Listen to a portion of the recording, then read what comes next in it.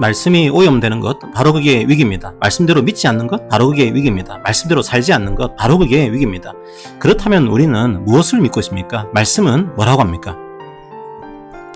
첫째, 우리는 예수님을 믿습니다. 정확하게는 예수를 그리스도라고 믿습니다. 예수님이 바로 성경에서 계시하신 메시아라는 것을 믿는 것, 바로 그게 믿음입니다.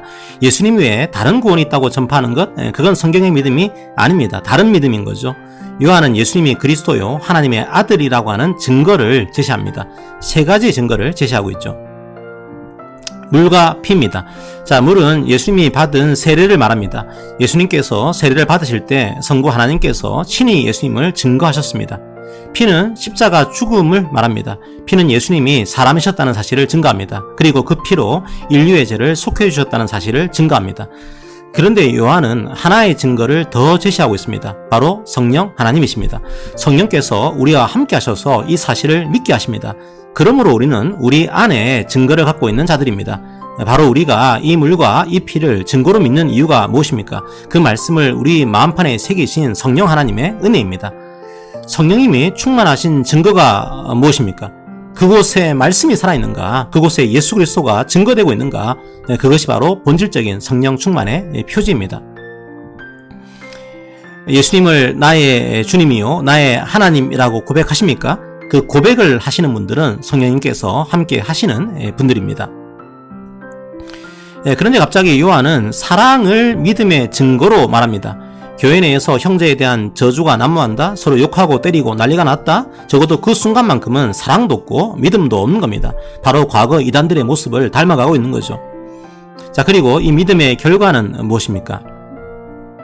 세상을 이기는 겁니다. 죄에서 자유를 얻게 됩니다. 우리는 세상을 이기신, 죄와 사망의 세력을 이기신 예수님을 믿는 자들입니다. 그 예수님을 믿는 믿음으로 세상을 이기는 겁니다. 성도 여러분, 오늘은 성령 강림주일입니다. 마치 하나님을 물건처럼 대하는 시대에 우리는 살고 있습니다. 죄의 무게가 얼마나 무거운지 말하지 않는 시대에 살고 있습니다. 죄의 상태가 얼마나 비참한지 말하지 않는 시대에 살고 있습니다. 그래서 십자가의 은혜가 얼마나 놀라운 것인지 말하지 않는 시대에 살고 있습니다.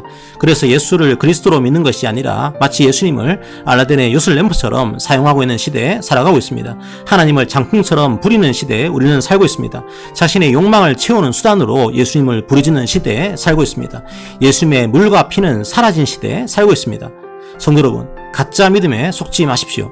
우리는 무엇을 믿습니까? 예수님은 비참한 죄의 상태에서 자유를 주시기 위해서 십자가를 지었습니다. 그걸 증거하는 분이 성령 하나님이십니다. 하나님의 은혜로 우리는 그것을 믿게 된 자들입니다. 그런데 그 믿음은 또 우리의 사랑으로 입증됩니다. 사랑이 없는 공간에 우리의 믿음은 없는 겁니다. 그리고 결국 예수님을 믿는 우리의 믿음이 세상을 이길 것입니다. 그 믿음으로 이 한 주간도 살아가시기를 기도합니다. 아멘.